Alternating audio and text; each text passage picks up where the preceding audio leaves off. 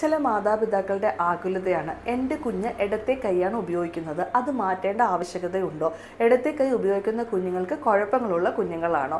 ഇടത്തെ കൈയാണോ വലത്തെ കൈയാണോ എന്നുള്ളത് partially ജനറ്റിക്കും partially environmental influence കാരണവുമാണുള്ളത്.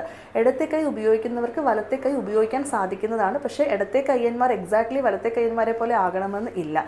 Majority of 90% ആൾക്കാർ വലത് കൈ ഉപയോഗിക്കുമ്പോൾ 10% ആൾക്കാരാണ് ഇടത് കൈ ഉപയോഗിക്കുന്നുള്ളൂ. ഇടത് കൈ ഉപയോഗിക്കുന്ന ആൾക്കാരെല്ലാവരും തന്നെ കുഴപ്പക്കാരാണെന്നുള്ള ചിന്താഗതി തെറ്റാണ്. ചില പഠനങ്ങൾ കുറച്ചൊരു ന്യൂറോളജിക്കൽ ഡെഫിസിറ്റ്സ് കാര്യങ്ങൾ അല്ലെങ്കിൽ സൈക്കാട്രിക് ഡിസോർഡേഴ്സ്, ഓട്ടിസം പോലത്തത് ഇടത്തെ കയ്യന്മാരിൽ കാണുന്നുണ്ടെന്ന് പഠനം പറയുന്നുള്ളതേ ഉള്ളൂ. നമുക്ക് ചുറ്റും എത്ര ജീനിയസുമാരാണ് ഇടത്തെ കയ്യന്മാരുള്ളത്? നമ്മുടെ സ്വന്തം അമിതാഭ് ബച്ചൻ, രത്തൻ ടാറ്റ, മാർക്ക് സുക്കൻബർഗ്, ഒരുപാട് ഇടത്തെ കയ്യന്മാരുണ്ട്. സോ ഇടത്തെ കൈ ഉപയോഗിക്കുന്നു എന്നുള്ളതൊരു കുഴപ്പമല്ല.